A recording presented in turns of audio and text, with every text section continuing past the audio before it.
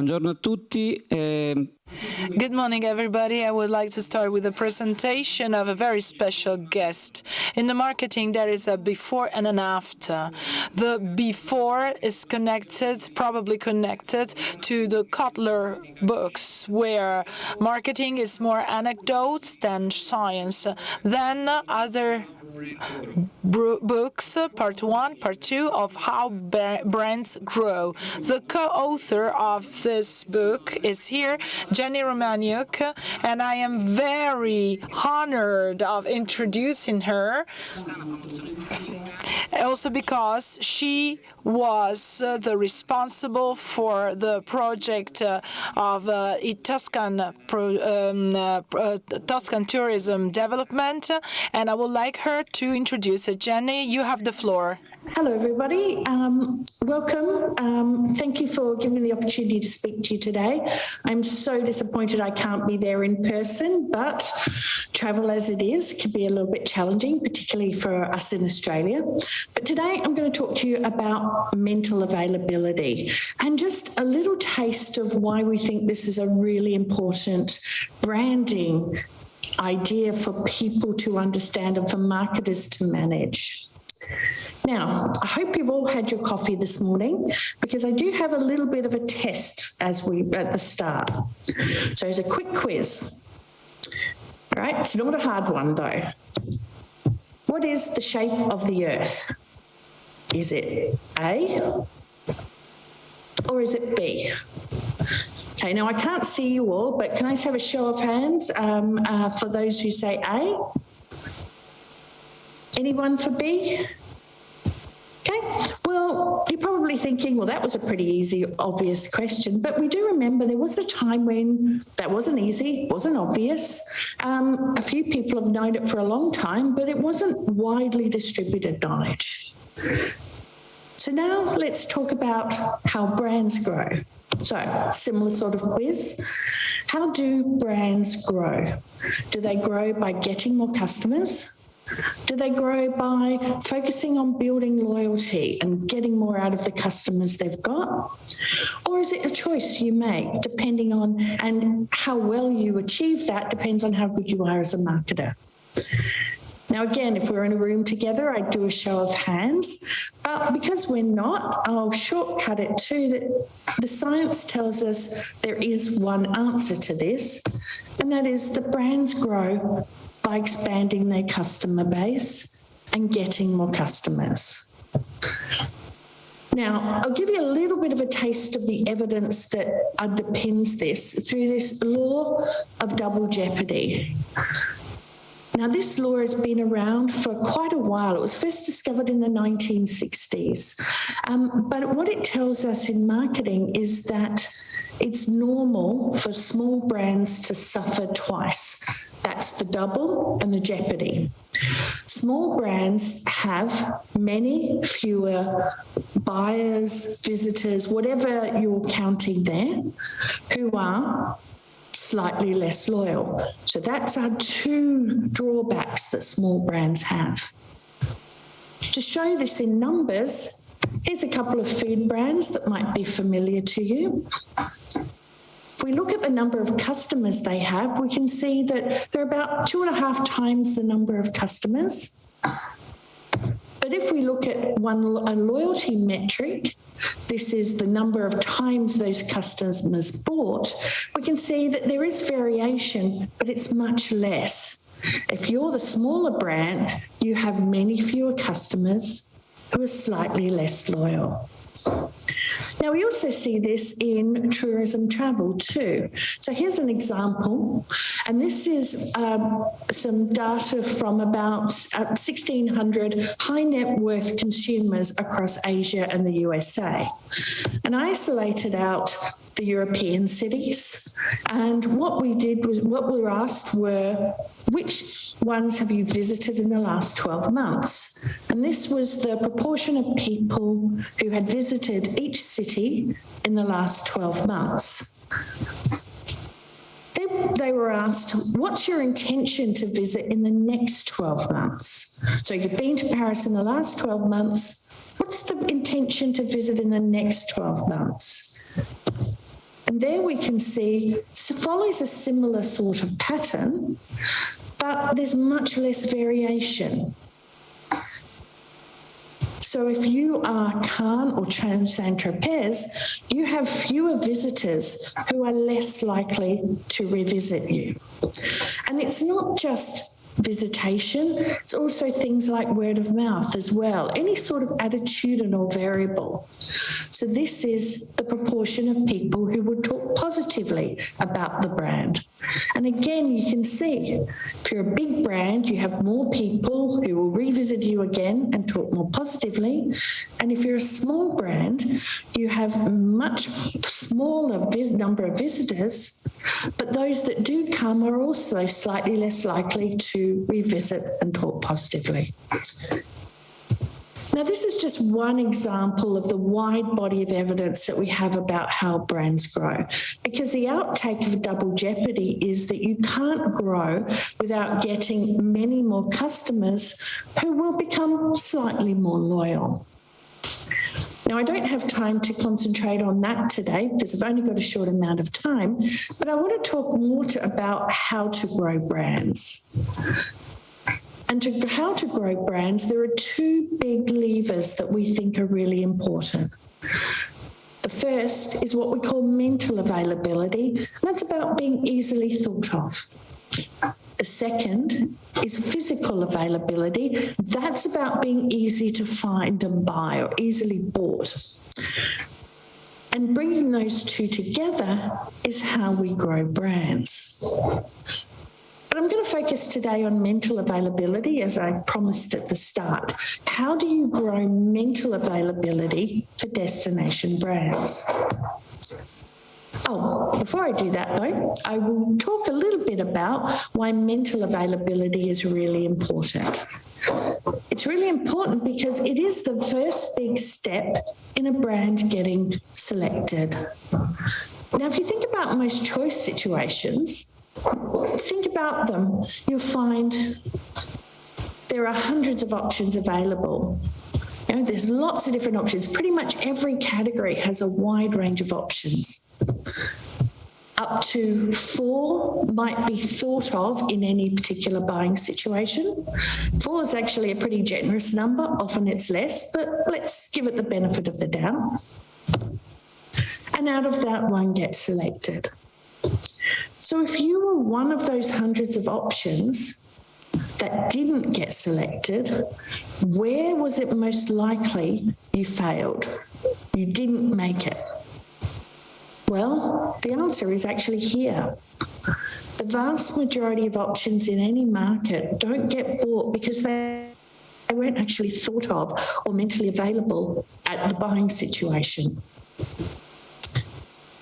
The second reason mental availability is really important is because our buyers, our visitors actually screen out most of the marketing activity that we put out there. They mainly pay attention to things they already know. And that's a big challenge because if to grow we have to get out to the people that don't know us, that means we have to work really hard to break through and have them notice. And we see this, for example, if you look at advertising recall. So this is some data. It's an average across 88 brands, 18 categories, 10 countries. And brand buyers are more likely to remember advertising for brands they've bought than non-buyers are to remember that same advertising. So we have to fight for the attention, particularly of non-buyers. The third reason why mental availability is important is because we have pretty bad memories. The natural state of a memory is to decay. Things we know now are less easily remembered tomorrow. Not only that, in marketing, we have competitor interference, where you have all these competitors advertising as well. And so that natural decay, competitor interference means we do have to remind people to keep existing memories fresh. So you might think there are some really obvious things about your destination, but you still have to remind people about those obvious things. So now the 3 steps of building mental availability. To build mental availability, you need to connect the destination to useful messages for as many potential category buyers, visitors as possible.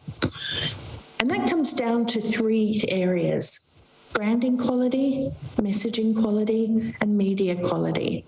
Now, each of these areas is a very big area in itself, but I'm just going to touch a little bit on branding quality and messaging quality. So what do I mean by branding quality? Well, that's about making sure that everything you put out there is unmistakably from your destination. And that often involves building what we call distinctive assets, which are the non-branding name elements that you want to trigger the brand. So that could be colours, it could be words, it could be stories that you integrate into advertising, it could be shapes, it could be faces. They're the visual assets. We have audio assets as well, which can be music or sound-based. And then we have other sensory ones. We don't tend to use them as much in marketing because they do require sort of co-location of the buyer with the brand, and often we're trying to reach people before they've actually bought from us. But this just shows you the wide range of possibilities for building up distinctive assets to build your branding quality. So how do you know if you've got a good one, though? How do you know you've got a strong distinctive asset? There are 2 qualities that it needs. Uniqueness. It needs to be that when you use that distinctive asset, you are the only brand that's thought of. You don't want to do the marketing for your competitors. And fame. Fame is how widespread the linkage between your brand name and whatever you want as your distinctive asset is. And when you have those 2 metrics, those 2 qualities which become metrics, you can actually plot them on a grid to work out your strategic potential of your assets, whether or not they're good ones to keep in the green quadrant or ones to maybe avoid because they evoke competitors in the red quadrant. The second area I'm going to talk about is about the useful messages. And here I'm talking about these things called category entry points. So category entry points are the doorways into the brain of your potential buyer visitor. They're the things that they think of before they think of brands. So when someone goes about their daily life and then suddenly they transition into becoming a category buyer, those thoughts that people go into that state, they're what category entry points are about. And the thing about category entry points is they're actually not about brands. They're actually about the buyer and what's going on in their lives. To put this, give this more concrete nature, we have this framework of the W's. And so the W's just cover all the different angles to think about the thoughts that buyers have. Why, when, which is about timing, while, which is about the activities you might do before, after, with the for whom, that's the influence of other people, with what, that's other products that you or services that you might have with it, where, that's the location, and how feeling, that can be the emotional state before, during, or after engaging with the category. And when we look at categories from all these angles, we start to understand the range of potential category entry points. So, what I'd like you to do, again, I want you to do a bit of thinking now. Let's go through the W's and think of some category entry points for champagne. Okay, for when we might want to enter into that category of champagne. So I'm going to say a W. I just want you to think in your head what would come to mind, and then I'm going to show you some examples from some research that we've done. So why might you drink champagne? What are the reasons why you might drink champagne? Okay. Well, two of the ones that came out, there was a whole range of them, but I've got two in each category: to give as a gift or to recognise a success or achievement. What about when? Are there any times of the day, the week, the month, the year when you might be more likely to enter into that category of champagne? And one of them's coming up very soon, really, isn't it? But two others that came up, so some of you probably thought of New Year's Eve, but two others that came up are things like to have as a drink before dinner or to have at breakfast time, you know, the mimosa type of thing. What about where? Where might you be where you might want to enter into the category of champagne?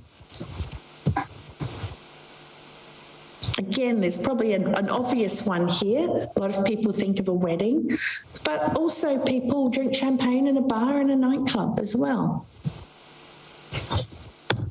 What about with what? What other products could you have that would lead you to think, oh, champagne would be good at this time?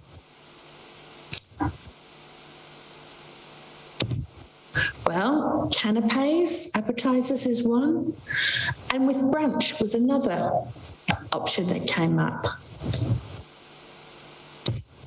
What about how feeling? What emotional states might you be in where you might want to enter into the category of champagne? And remember, this can be emotions before you've had the champagne, while you're having the champagne, or after you've had the champagne. Well, two that we found in our research were when you feel like splurging, and also to do something special for someone else. It was seen as something nice that you went, oh, I want to do something nice for someone, I'll get them some champagne. What about while? What activities might you do that might lead you to think this is a good option for champagne? Champagne's a good option. Well, two that came up were making a toast, which can be at a wedding, but also can be at other occasions. I have my niece's 21st birthday coming up. I'm sure someone will make a toast there. But also to kick off the evening. People talked about drinking champagne when they're about to have a big evening, and they're going to drink lots of other stuff, but it was a good thing to start kick off the evening well. And finally, what about other people? With or for whom might you engage in the category of champagne? So two that came out of our research was sharing a special moment with my partner or catching up with a friend after a long time. So you can see how by putting a category entry point lens, we sort of step away from a couple of very stereotypical moments and start to see the full consumer experience with champagne.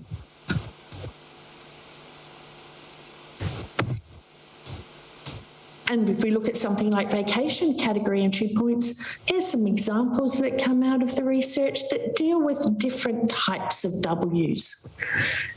Again, we can put a lens and see a wider range of the consumer experience, and it helps us better understand when people come into the category. But understanding many different category entry points is important for another reason as well. And that is that the category entry point that someone goes into their brain with shapes the options that are going to be salient at that time. Often we think we have one consideration set, that set of brands that we're deciding between. That's not actually how our memory works. Our memory works through getting together and assembling many different evoked sets depending on the door we enter.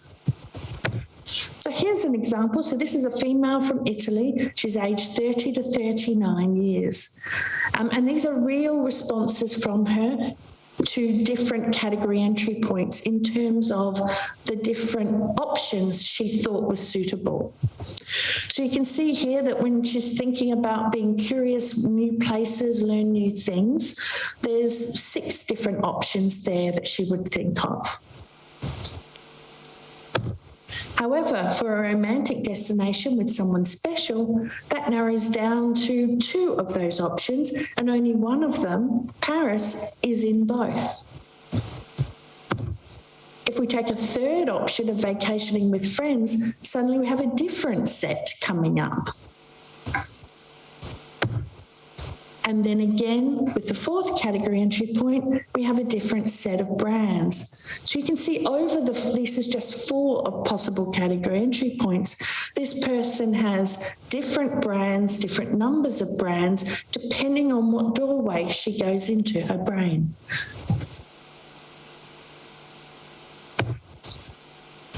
So that's really the focus on physical availability, mental availability, but I don't want us to forget physical availability, because that's also an important part of effective marketing, because you can't be really good at mental availability but fail at physical availability and expect to succeed.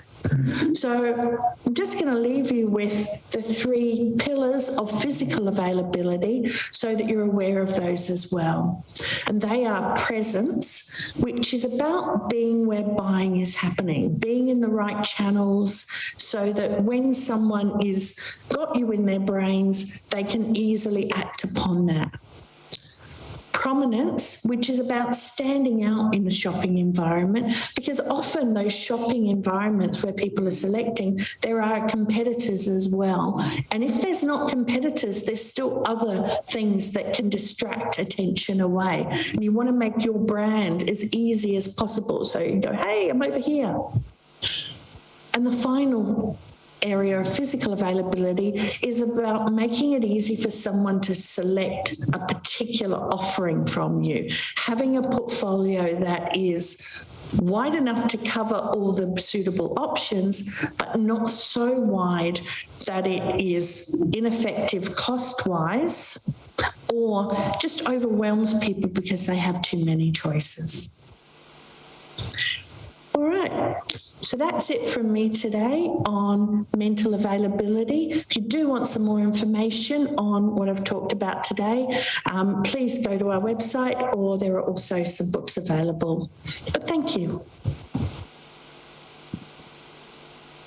Thank you very much, Jenny. We have just 1 minute, so maybe I'll take the time to give you a question, because I don't have any other question from the audience, so I will be giving you a question. What are the main differences do you have between the normal brands you research for, so last fast-moving markets, so such as, everyday brands we buy, and the destination as brands? In your research, what is the main difference you come out with? Well, in terms of the fundamental patterns, actually, we don't see a lot of differences. And it's important to remember, I do research across everything from, big, large business-to-business purchases to buying chocolate and everything in between. And the beauty of it is, in terms of the science and the evidence, is there are some fundamental laws and patterns that hold across all these different circumstances. Now, of course, buying a holiday, particularly choosing a destination, is different from choosing a chocolate bar, but it's the same brain that's doing both. And so there are some mechanisms our brain uses to process, retrieve, and use information that are actually universal. And so we spend a lot of time looking for those deep generalizations that help us just understand more about how marketing works and then can be applied to different sorts of situations. So in destination brands, you might have different metrics that you use, for example, for how you measure the number of customers, how you measure the loyalty of those customers. But the fundamentals of the brain of the person who's making those choices are actually pretty similar. Okay, thank you very much. So the short message is all about our brain, our memories. Thank you. We're all about building memories. Thank you very much, and see you next time, hopefully in Florence. Ciao. Absolutely. Ciao, Jenni.